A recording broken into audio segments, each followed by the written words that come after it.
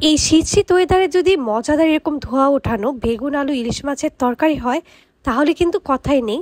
আজকে রান্না করব মজাদার রেসিপিটি, চলুন দেখে আসি।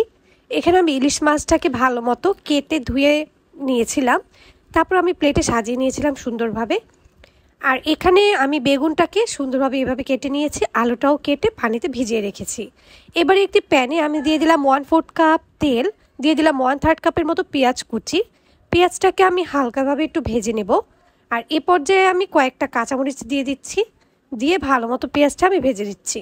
খুব বেশি ভাজছি না, হালকা একটু ভাজা হলে এখানে আমি স্বাদ মতো লবণ দিয়ে দিচ্ছি। লবণ দিয়ে আরেকটু নাড়াচাড়া করে আমি এখানে দিয়ে দিব কয়েকটা টমেটো। মশলার সাথে আমি কয়েকটা টমেটো কেটে দিয়ে দিয়েছি, পরে কিন্তু আমি আবার অ্যাড করব। তো এইভাবে দিলে কালারটাও অনেক সুন্দর আসে, ফ্লেভারটাও ভালো আসে। এরপর দিয়ে দিলাম 2 চা চামচ লাল মরিচের গুঁড়ো আর 1 চা চামচ হলুদের গুঁড়ো। ঝালটা আপনারা বাড়িয়ে কমে নিতে পারেন, যার যেরকম ঝাল খেতে ইচ্ছে করে সেই রকম পরিমাণে দিয়ে দিবেন। এরপর আমি দিয়ে দিলাম পানি দিয়ে মশলাটাকে খুব ভালো মতো কষাচ্ছি। আর কালারটা কিন্তু খুবই দারুণ এসেছে, কারণ এখানে টমেটোটা আগে দেওয়ার ফলে কিন্তু কালারটা এত সুন্দর এসেছে। পরবর্তীতে আরও কিছু পানি দিয়ে আমি মশলাটাকে একটু সময় নিয়ে কষিয়ে নিচ্ছি। এরপর একে একে মাছের টুকরোগুলো আমি দিয়ে এপিট ওপিট করে নিচ্ছি। প্রথমে মাথাগুলো দিয়ে দিলাম, কারণ এগুলো একটু টাইম লাগে। মাছটাকে আমি হালকা একটু কষিয়ে উঠিয়ে নেব, পরে আবার দিয়ে দিব।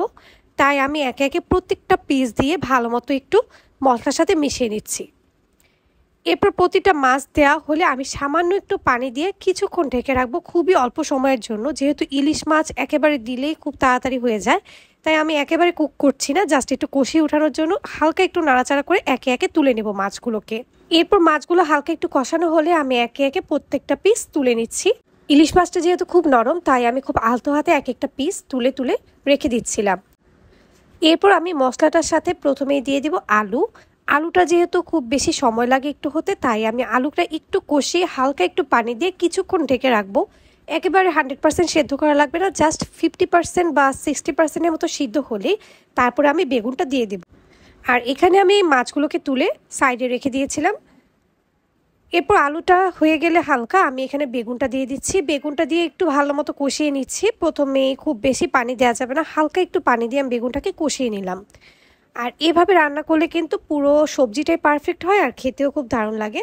তারপর দিয়ে দিলাম কয়েকটা টমেটো আর হালকা একটু পানি দিয়ে আমি ঢেকে দিচ্ছি একটু কষানোর জন্য।